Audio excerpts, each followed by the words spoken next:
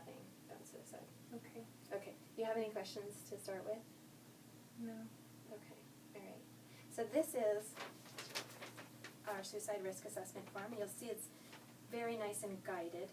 Okay. And so what I'm going to do is follow this form to make sure that I'm asking the most important questions. Okay. So we'll start with some yes or no questions. Okay. And I'm going to ask you about the past month because this is the first time I've ever used this scale with you. Okay. Okay. So in the past month, how often have you wished that you were dead, or that you could go to sleep and not wake up? Yes. Okay. Have you actually had thoughts of killing yourself? Yes. Okay, great. You're doing a good job. Thank you. And then, have you been thinking about how you might kill yourself? Yeah. Yeah. Yeah. Okay. Do you have some intention of acting on those thoughts and plans? No, not really. Okay. When you say not really, what do you mean by that? Well, I don't think I would ever do it. Okay. Okay. Yeah. And then, have you worked out any of the details about how you might kill yourself? Yeah. Okay. Okay. And what I'm going to do now is follow up on those questions with a little bit more detail. Okay. Okay? So going again back to the past month, I'm wondering for you, when you've been thinking about suicide, how frequently have you been thinking about suicide? And you could say anywhere from once a week or less to multiple times a day. Yeah, like a couple times a day. A couple times a day? Yeah. Okay, great. And then you're doing a good job so far. Okay. Fabulous. You're doing exactly what I need you to do. And then when you've had them, how long do they last? Like a few minutes, not really long. Okay. Okay. Yeah. Okay. And are there times when they last longer? Like in the evening. Okay. A little bit, yeah. Okay. If you had to say on average when you're thinking about suicide, how long it lasts in the last month, you could say anywhere from, fleeting to less than an hour, more than an hour. Probably less Probably than an hour. Less than an hour? Okay. Yeah. Okay. And not on average. Yeah. Okay. And then when you've been thinking about it, how hard has it been to control thinking about it? You can say not at all to very hard to I haven't tried to control it. I haven't really tried to control it. It's just there. Okay, great. So when I say great, what I mean is that's an excellent place for us to talk about later. Okay. Because I think we kind of assume suicidal thoughts, we have no control over them and that we're kind of run by them. But I think what we want to shift some of the focus of our sessions to is really figuring out when they come up, what do we do with them? You and I talked earlier about how for you, and I'm going to ask more about this in a second, but that it really is, the intensity of your suicidal thoughts has to do with how much you're suffering right now and how frustrated you are with things. Okay. Yeah, that's true. So sometimes it's not so much that you want to die, as much as you don't want to feel the way that you're feeling. Well, yeah. That would maybe be a more accurate thing to say. It's not, I want to be dead, but I don't want to feel this way. Yeah. Okay, okay. And so I'll ask another question about that. Okay. Okay. And then what about things that have kept you from harming yourself? This could be family, religion, fear of dying, for example, pets. What kind of things for you have kept you from taking those pills like we've talked about in the past? Well, my family and my cat. Okay. Okay. Yeah. So, and then any other things? I don't know. That's pretty much the big ones, I think. Okay. All right. Yeah. That might mean that we need to make some more reasons for you to stick around. Okay. Family's great, so are cats. And maybe there's some other things that might be, make life more interesting and worthwhile. Okay. I'd like to start thinking about it that. Let's build your reasons for living, and that's what we're going to focus on in some of our later sessions and today. Okay. You look confused. Does that make sense? I think so. Okay, that's okay. We'll talk more about it. Okay. Okay. And overall, would you say that those things were not at all important, somewhat important, or very important for preventing you from acting on thoughts of harming yourself and suicide? Pretty important. Yeah. So not just somewhat or moderately, but very important. Yeah. Okay. And then what about reasons for wanting to die or for killing yourself? Some people say, well, it would really screw the people who had not been helpful to me in my life.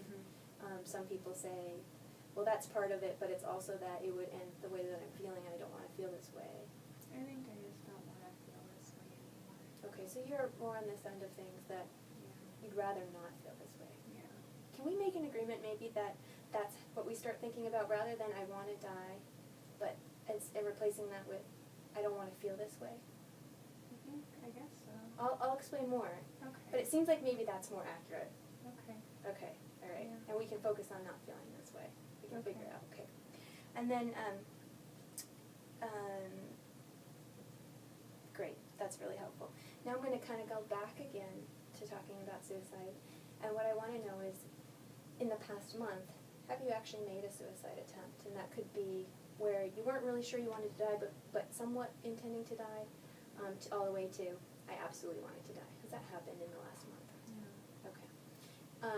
I've asked you about this before, though, but I want to make sure I ask you again. Has that happened ever in your life?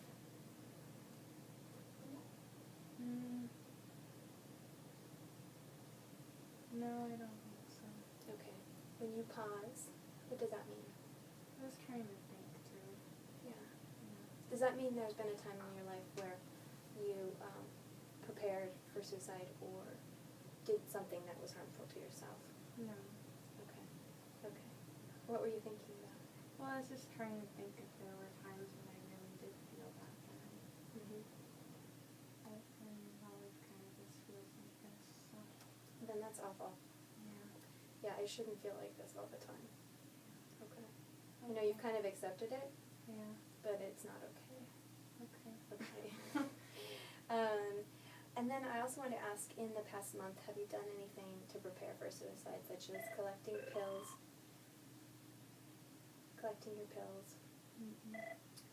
buying a gun, or getting access to a gun? Do you have access to a gun? Okay. Fabulous. What about giving valuables away No. or writing a suicide note? No, I haven't. Okay. Any steps that you've taken towards preparing for suicide? No. Okay. All right. And then the last question I want to ask you is, if there has been a time in the last month when you injured yourself intentionally. No. Okay, and that would be without intent to die. No. Okay, so never cut or burned yourself in the past month. What about in your lifetime? Okay, all right. Thanks for answering these questions. I want to just check in with you and see how are you feeling right now. Okay. Okay. Oh, it's Sarah. She's probably waiting, because I told her I would go. She's probably right here. Yeah, she's probably next door. Okay. That's okay, we can cut that part out. Okay. Let me just take this opportunity to make sure it's still recording now that...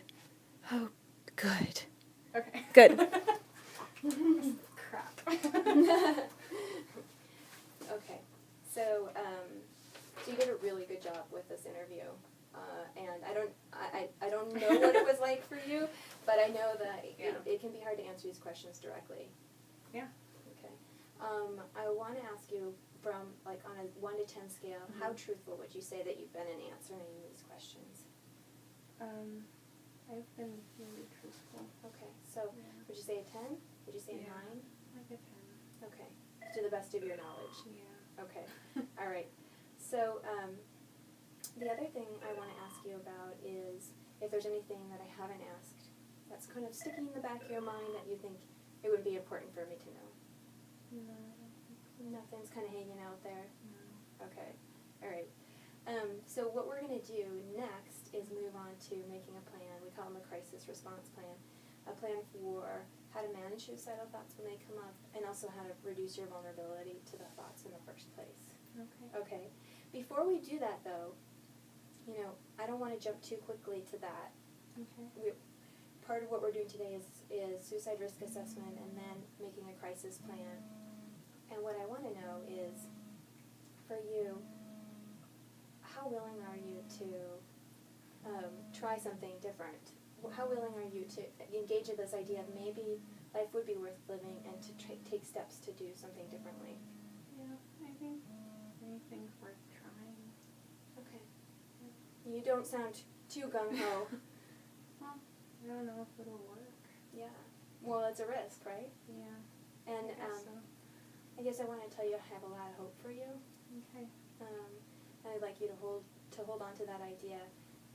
And ideally for you to start to have some hope for yourself. I know it's a scary thing when, when you've been feeling bad so long. Yeah. Okay. I'm also going to tell you about some resources such as an online website called dbtselfhelp.com. Okay. And that is a website that, between our sessions, since we don't get to meet as often as we'd like, that's a place where you can go to learn more about how do I not feel this way. Okay. You know how I asked you before about would you consider, instead of saying I want to die to myself, to yourself, saying I don't want to feel this way anymore. Yeah. So that website has all sorts of strategies for how to not feel the way that you're feeling, how to change the way that you feel, and how to build a life that's worth living. Okay. Okay? Yeah. Great. So you've done a fabulous job, and like I said, we know the degree to which people are suicidal is an indication of how much they're suffering. I'd like to get a sense of, can I get you to commit to not harming yourself between now and the next time that we meet? And that is, we don't know yet what time we're going to meet, but I need to get a commitment from you that you'd be willing to do that. Yeah. Really? I could do that. Really? Yeah.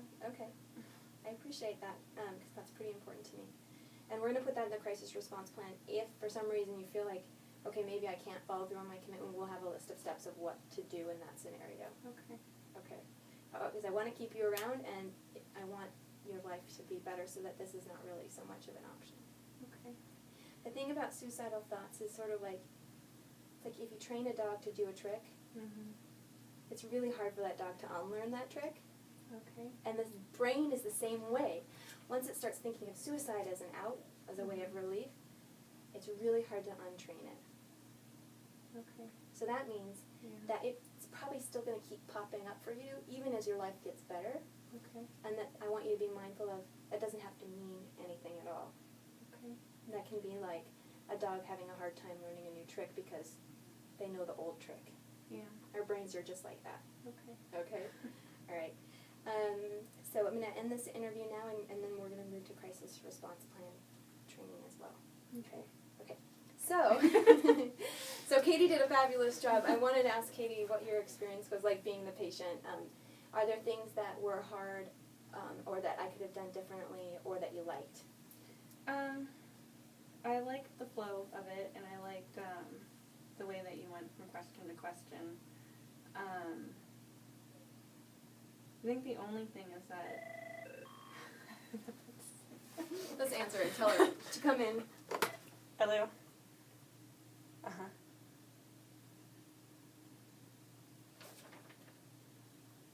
Okay. Tell her I'm in your office, because she's been trying to find me too. Oh, there's an actual cleaner for it that's back in the other storeroom under miscellaneous pens. But over by Pearl's old office. Yeah. Okay, bye. That wasn't her. No, it was Cheryl. So going back to asking you.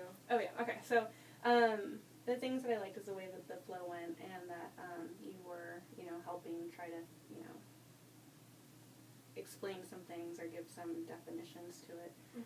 Maybe next time wait a little bit in between The questions. Yeah, so let the person think about it, and then if they're not coming up with anything, then give them more of the guidelines. That makes sense. Yeah. So ask the question, have them wait, and try to think it through. And then if they're having a hard time coming with the answer, then offer some of the response That's some options. more guidelines to, I like that. think about it. Any other things that you noticed?